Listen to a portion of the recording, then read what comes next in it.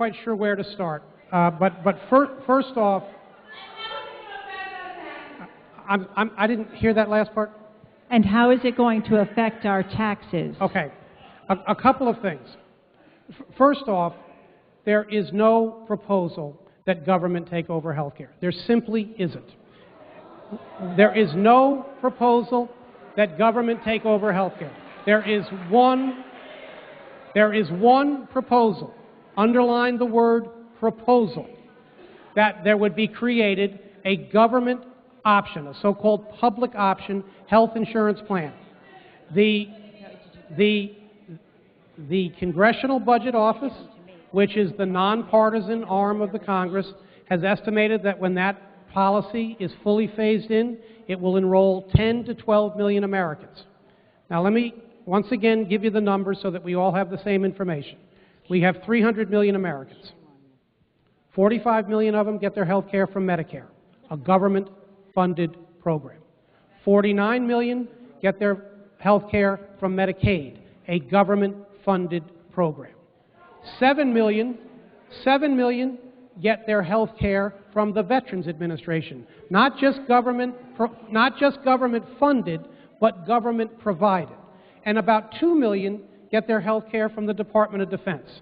So that's about a little over 100 million Americans. So fully 1/3 of Americans already get their health care either paid for or directly provided by the federal government. What is estimated? What is estimated is that of the 200 million people left, 5%, 10 million people, will opt for the public option. That means 190 million people will be getting their insurance from private providers, private insurers. Now, the question is, can the private insurers compete with the government option? And the answer is,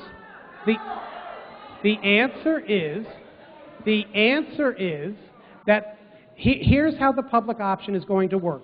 If we ever get there, and by the way, it is just a proposal, and we may never get there, but if we get there, there is language in the legislation as it currently exists that says that under no circumstances can the public option receive a taxpayer subsidy, that it would have to have a business model that rises and falls on its own in the same way that private insurers have a business model that rises and falls on its own. That they would have to charge premiums that would allow them to run their program. They would have to negotiate rates with hospitals and doctors and so on that would allow them to have an operation that does not require a taxpayer subsidy. So the difference between the public option, the primary difference between the public option and private plans, is that there would be no profit motive in the public option. And private insurers walk away each year with about $30 billion in profit. And so I don't know. There is absolutely no intent to drive private insurers out of the market. In fact, the estimate is that private insurers will increase their numbers by about 12 million people.